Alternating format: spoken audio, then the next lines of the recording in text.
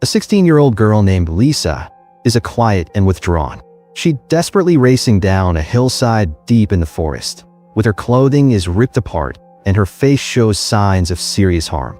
Without warning, she stumbles over a step and tumbles down several feet. Using whatever energy she has left, she cries out for someone to save her before losing consciousness. The scene shifts to show Lisa lying in a hospital bed. Under the bright lights, the full extent of her wounds becomes shockingly clear. Thankfully, someone passing by discovered her alone in the forest and rushed her to get medical help. Out in the hallway, two police officers are talking about what happened. Based on earlier complaints about bullying, the officers are certain that Lisa was attacked by a group of girls from her school. However, before they can move forward with the investigation, they need Lisa to officially tell them what happened. They've also attempted to reach Lisa's parents, but they learn that her mother passed away several years back and her father lives in another country. He has no involvement in her life whatsoever and wouldn't care if something terrible happened to her. When Lisa finally wakes up, the lead detective, Mr. Kim, introduces himself to her. He gently asks her questions about how she's feeling and what took place the previous day, but Lisa stays completely silent during the entire conversation. Their talk is interrupted when her homeroom teacher, Miss Lee, arrives. She firmly tells the officer to leave and give the girls some time to recover. There's something dishonest about the way she tries to prevent Lisa from revealing who actually hurt her. Mr. Kim then spots 3 grown women standing in a doorway. These are the mothers of the girls suspected of attacking Lisa. He quickly understands that they're here to either scare Lisa or pay her off to keep quiet about what happened. He tells them they need to leave since they're not legally permitted to see the victim, but the women refuse to go. Their husbands hold positions of influence and have substantial wealth, which makes these mothers think their daughters can do whatever they want without consequences. Mr. Kim points out that their daughters were the ones who called Lisa to meet them on the mountain, but the mothers casually brush it off, saying the girls were simply spending time together.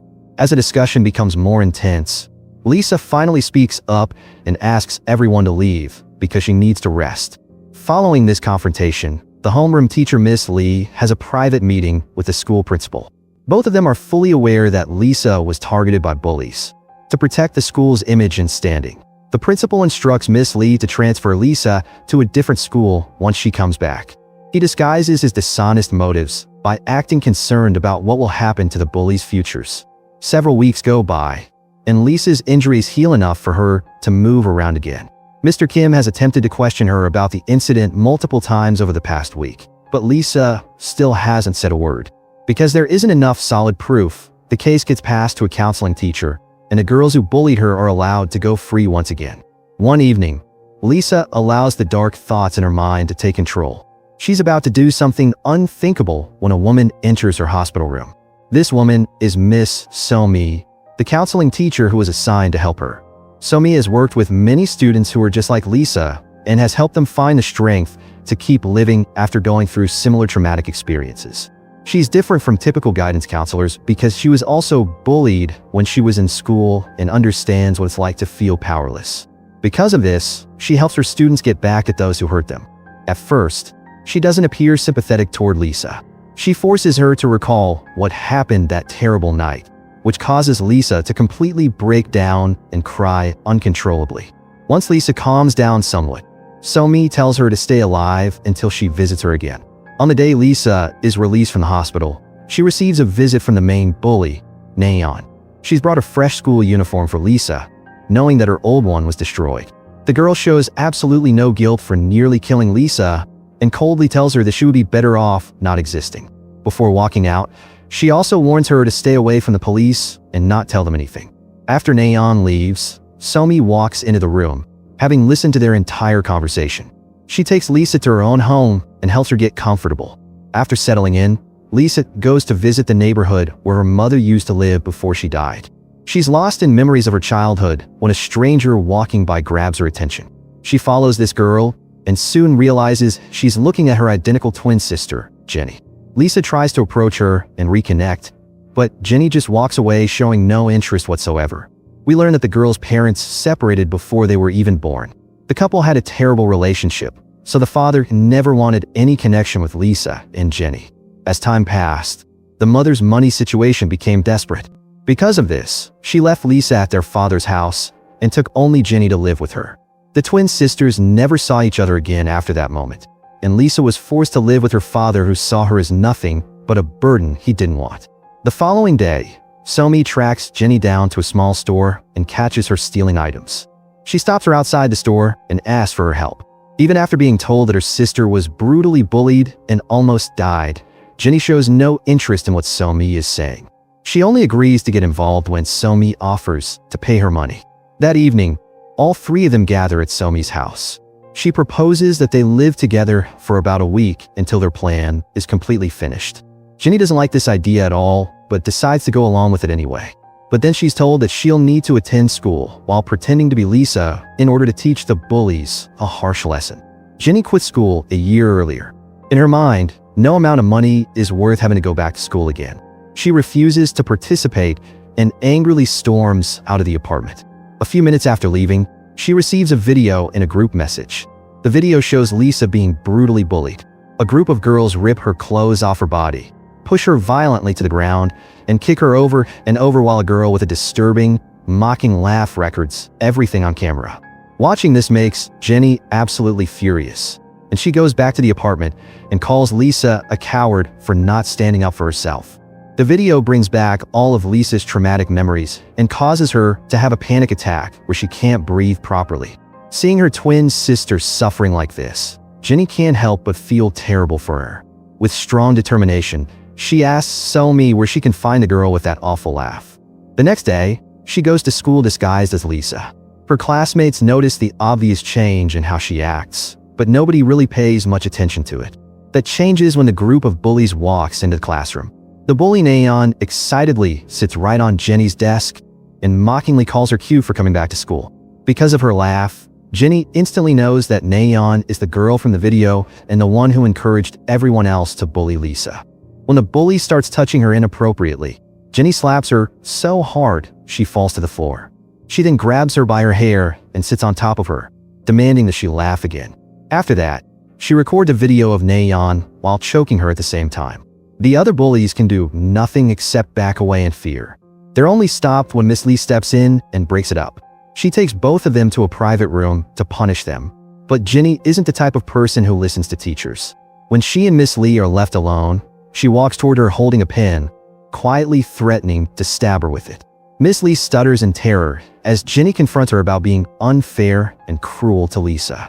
Later that same day, Jenny comes home and shows Lisa the video of Neon getting attacked. Lisa doesn't know what to think about it because she doesn't believe in using violence, even against her worst bully. Somi warns Jenny to never do something like that again because it could get her sister into serious trouble. The next day happens to be the twins' birthday. They buy themselves a cake and truly bond as sisters for the first time in their entire lives. Lisa tells Jenny about how difficult her life has been because she never received any love or care from either of her parents. Jenny feels sympathy for her since her own life living in poverty with her mother hasn't been easy either. The next morning, Jenny is still sleeping, so Lisa decides to go to school by herself. She thinks that since Neon was taught a lesson, she won't bother her anymore. At the school, Neon's mother is meeting with the principal to discuss ways to transfer Lisa to another school. The woman is scared that Lisa will try to get revenge on her daughter and wants her removed from the school as quickly as possible. The corrupt principal promises her that he'll take care of the situation. Meanwhile, Lisa accidentally overhears their conversation from outside the door and runs to the bathroom crying. There, she accidentally runs into Neon before locking herself inside a bathroom stall. Neon, who has been looking for a chance to get revenge, throws a whole bucket of water over the stall onto her. Lisa returns to the apartment, soaking wet, and collapses on the floor from exhaustion. Somi helps her up while Jenny's face turns red with rage. She immediately calls Neon and tells her to come to the mountain if she doesn't want the video of her attacking Lisa posted all over the internet. Terrified of being caught and charged with bullying, Neon does exactly what she's told. When she arrives at the mountain, Jenny hits her hard on the head and knocks her unconscious. When Neon wakes up, her hands and legs are tied with rope and her mouth is covered with tape. Jenny rips the tape off her mouth and forces her to drink an entire bottle of water. Then she pulls out another bottle, but this one is filled with acid. Neon begs and cries for her life, which only makes Jenny laugh even harder. She pours the acid dangerously close to Neon's face, but promises she won't actually kill her. By this point, Nayeon can barely breathe and is crying hysterically. Jinny unties her legs and tells her to run away if she wants to survive. The bully takes the opportunity and tries to run, but falls down after only a few meters. Right at that moment, Lisa shows up at the scene and tries to untie Nayeon because she doesn't want anyone else to get hurt. Seconds after that, Somi arrives and is shocked by what she sees. She scolds Jinny harshly for losing control of her emotions and calls for an ambulance to help Nayeon. In the next scene, Jinny is being questioned by the police at the station. Since nobody actually saw her with the victim, she's only considered a suspect at this point. Somi arrives and asks the officers to release her for now. The officers decide to wait until Nayeon wakes up and can tell them what happened, and they let Jinny go. Outside the station, Jinny states that she doesn't regret what she did at all and would do it again if given another chance. A disappointed Somi leaves her standing there and goes back home. Immediately after, Nayeon's mother attacks Jinny verbally, calling her terrible names. Jinny arrogantly mocks the woman and tells her to laugh just like her daughter does. While they're arguing, she accidentally reveals that what she did was payback for what happened to Lisa. The officers realize that she is actually the person who hurt Nayeon. When Mr. Kim calls her by Lisa's name, she gets angry and shouts that the Lisa he's looking for is at home. Later on, Mr. Kim and his partner are driving back from the station, but Kim can't stop thinking about Jinny. He's also noticed a dramatic change in her behavior since she was in a hospital recovering. Suspecting that she might have a double or look-alike, he drives to her house to investigate. However, when he gets there, he finds a place completely empty. Right then, he gets a phone call from the hospital telling him that Nayeon has woken up. She's mumbling confusing things about someone else being present when she was attacked. A flashback reveals that Jinny was actually alone when Nayeon was lying on the ground in the mountains. In reality, Jinny, Lisa, and Somi are all the same person. Up until this point, every time Lisa was having conversations with either of them, she was actually just talking to herself. She never had a twin sister at all. After being bullied so severely, she was so isolated and abandoned that she created a fantasy about having someone who genuinely cared about her. Eventually, the fantasy became an obsession, and she developed a condition where she has multiple personalities. Meanwhile, Somi is a real person who exists. She's a guidance counselor and the only person who actually tried to help Lisa. But she never visited Lisa at the hospital. Lisa imagined her being there to cope with her loneliness and eventually made her one of her alternate personalities. The court discovers what's actually wrong with Lisa, and she ends up receiving therapy and treatment. She drops out of school completely and focuses entirely on improving her mental health. We see a clip of her sitting with a therapist, talking in great detail about everything that traumatized her in the past. She has finally recovered from it all. Drama Stage Everyone is their movie ends a real Somi drives her to the airport. And finally, Lisa is flying to a different city to start her life over from the beginning.